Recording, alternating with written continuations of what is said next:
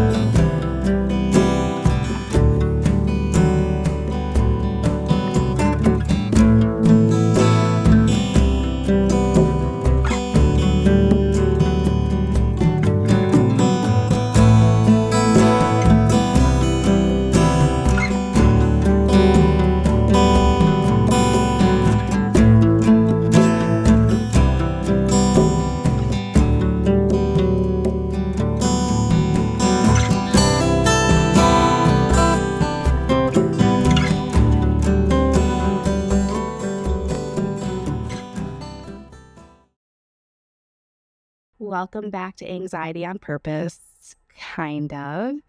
This is a series in the Chronicles of Kathleen. I am Kathleen. This is a place where I voluntarily do things that make me anxious so that I can prove to myself that I can come out of the other side feeling braver, bolder, and a little bit more wiser. Welcome. This week's anxiety-triggered event is going to a coffee shop to edit one of my own YouTube videos. And this seems super normal, right? Like people do this every day and they work and they're focused and they're calm. But my anxiety-driven brain convinces me that this is like a social performance. I feel like I'm on stage without even practicing my routine. And then I imagine like the audience whispering to each other about how crappy my performance is. And I'm watching all of this as it's happening. And I know in reality, the actual people, not the audience, are just sitting there doing their work or doing what they want to do to get Wi-Fi or get caffeine. And to go a little bit deeper, it's the optics for me. It's the whole being seen thing, you know?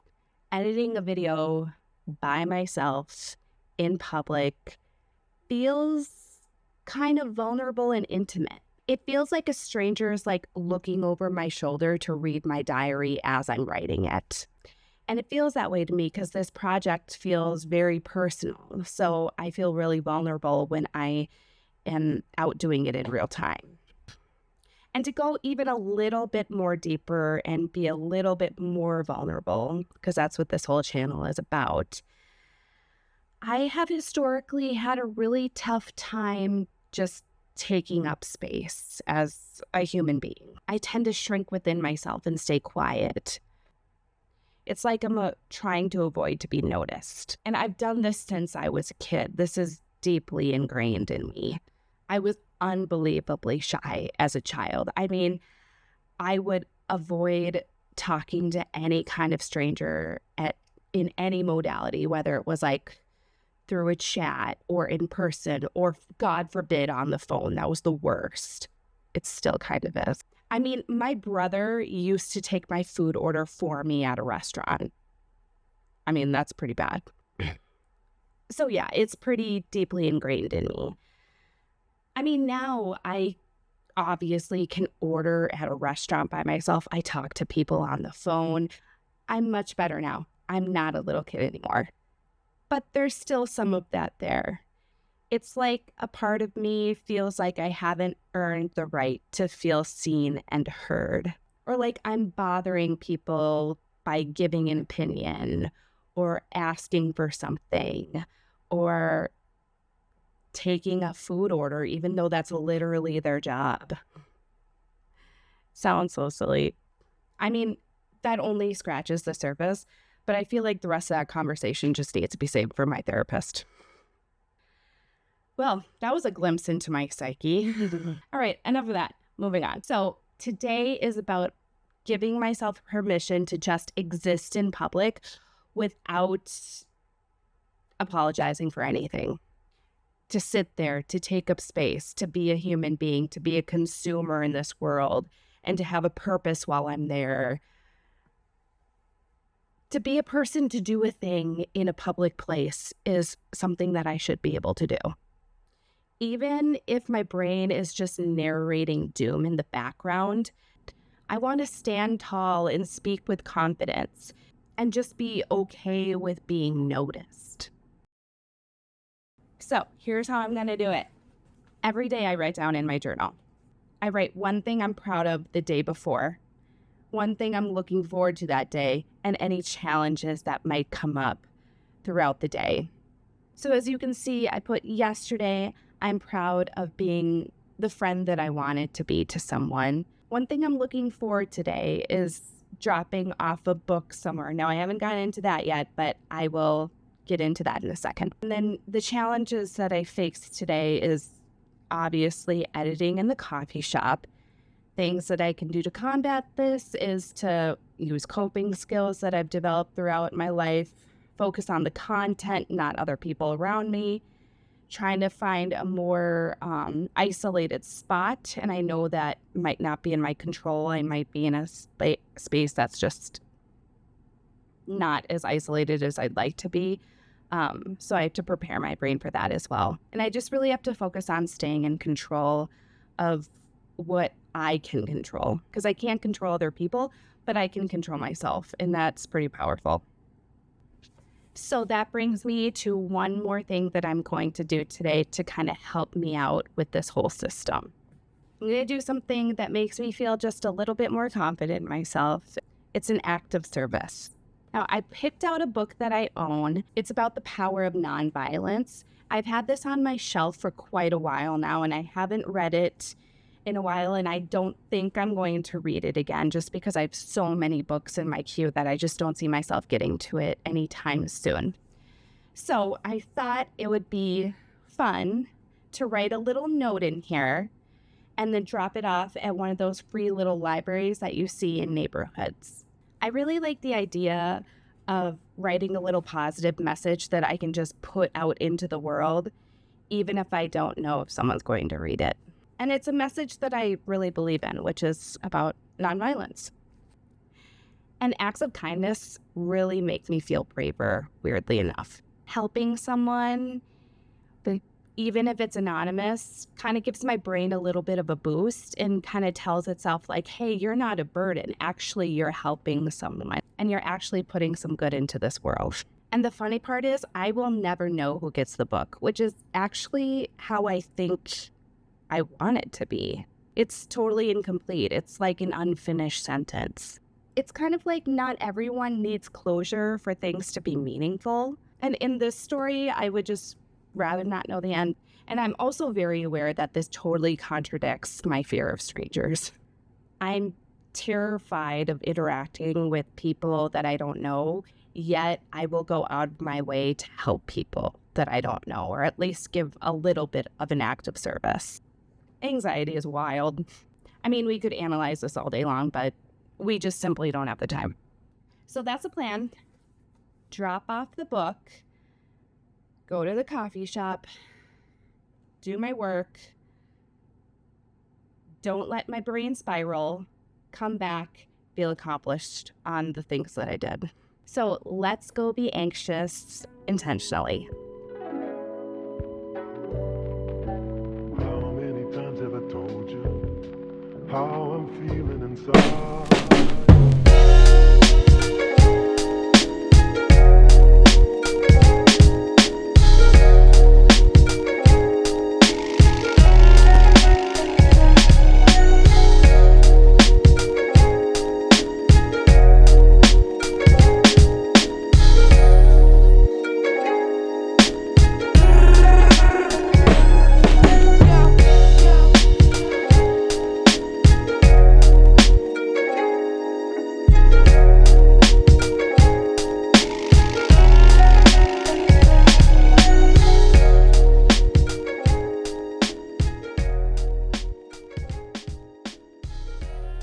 Well, I just went on a journey.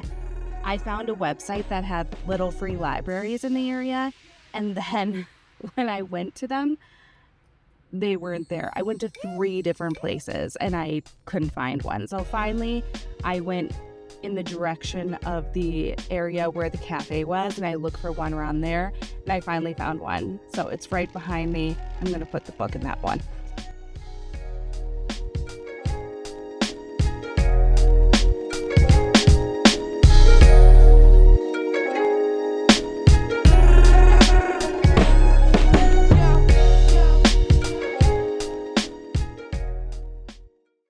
Whew.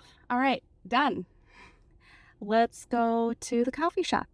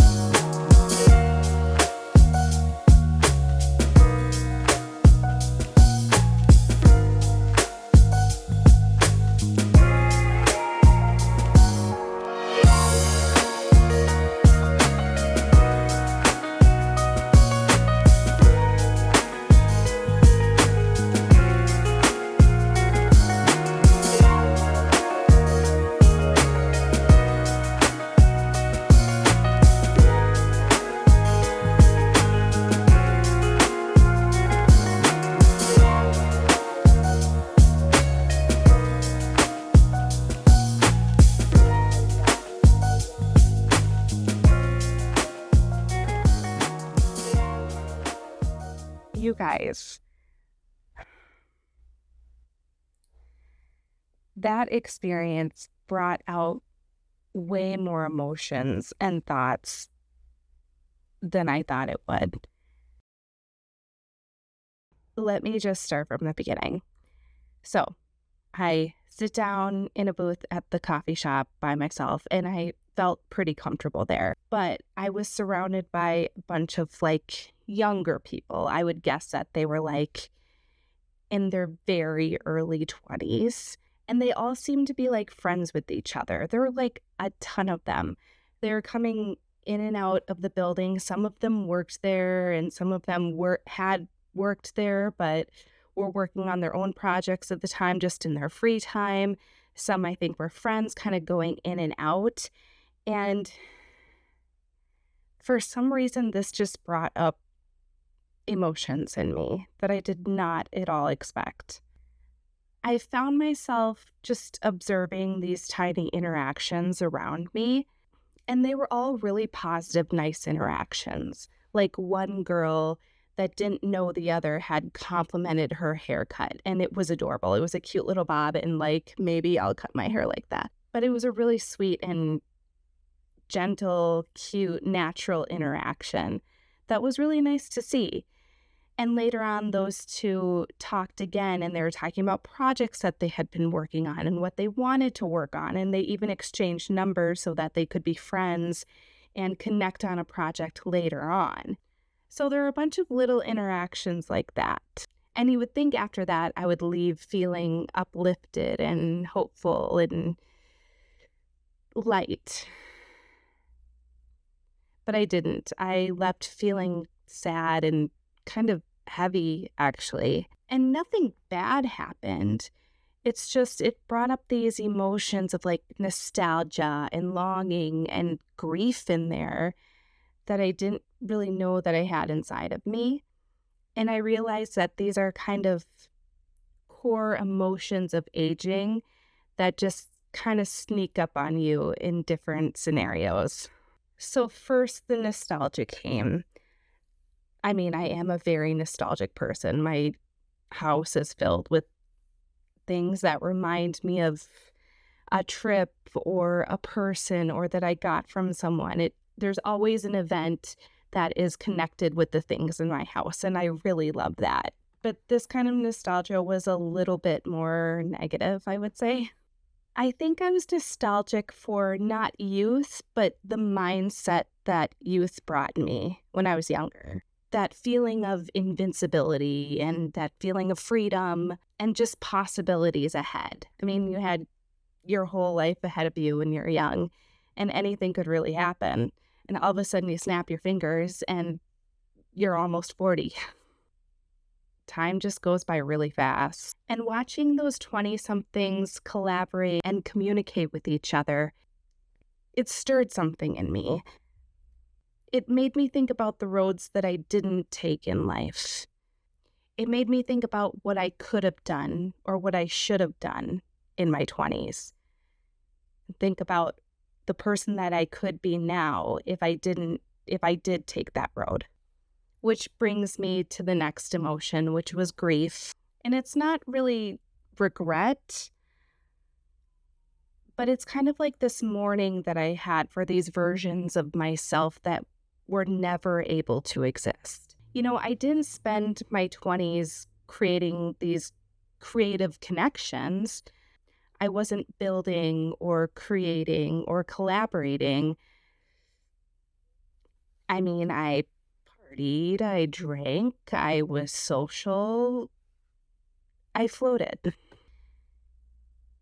And I'm a very different person now than I was back then. You know, I've created this creative mindset for myself where I'm looking for things to expand myself. I look for endeavors that are just beyond me, which is not really something I did in my 20s. So in that way, it shows how much I actually have grown if you're looking at this silver lining of my mindset. But sometimes I can't help but wonder who I would be if I had cultivated my creative side and my exploration side when I was younger. So I just had a little bit of a moment of grief for that person. And then, of course, there was that longing. I realized I had this longing for community, for collaboration with other people, to work with people who inspire me, create a circle of creative, curious, playful, inspirational people that I could just rely on. Now, I do have a few close friends that I love dearly and I would not exchange for anyone in the world, but I do long for further, deeper connections and an ingrained community. One thing that really showed up and it kind of screamed, it was comparing myself to others, which is something that I have struggled with my entire life. I mean, being around these younger people that were full of life and full of ideas, it made me suddenly aware of my age in a way that I haven't really been aware of before. And I was really caught off guard because I was not prepared for this. I found myself comparing their beginnings to my middle, their openness to my caution, and their spontaneity to just my entire lived experience. Upon coming home, I had a really in-depth conversation with my husband, who is always willing to give his 2 cents, which I am very grateful for. But he made me realize how much I do compare myself to other people and really how dangerous it can be. Comparison is a cancer that can just eat away at you slowly without you realizing it. And I realize that I've become careless. I've spent so much time looking at other people's grass that I've forgotten to water my own grass. I always long for greener pastures without cultivating what I have here, even if I have a few weeds. So yeah, just this reflection has really made me think about how I need to be really careful about that. Another thing I was reminded of is something that I've been wanting to do all summer long, and it's really a reason that I'm doing this whole series, is the desire to reclaim my whimsical, playful self. I have this desire to go back to like my childhood. I want to play, I want to dance, I want to create. I want to do things that I really enjoyed in my youth, which I think I would continue to enjoy now. These things have been buried under caution and responsibility and self-deprecation. I've just missed being silly, I've missed being bold and creative.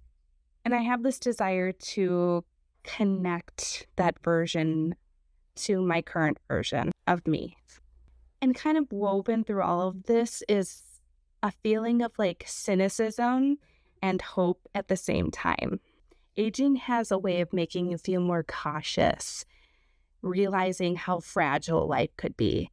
I mean, the minute you turn 26 years old, you're taking off your parents' health insurance, and you're suddenly aware of how much a medical bill costs. Those experiences like that just chip away at you, and you become less of who you were before. But I think as you get older, you crave meaning and purpose in your life. I mean, I certainly do.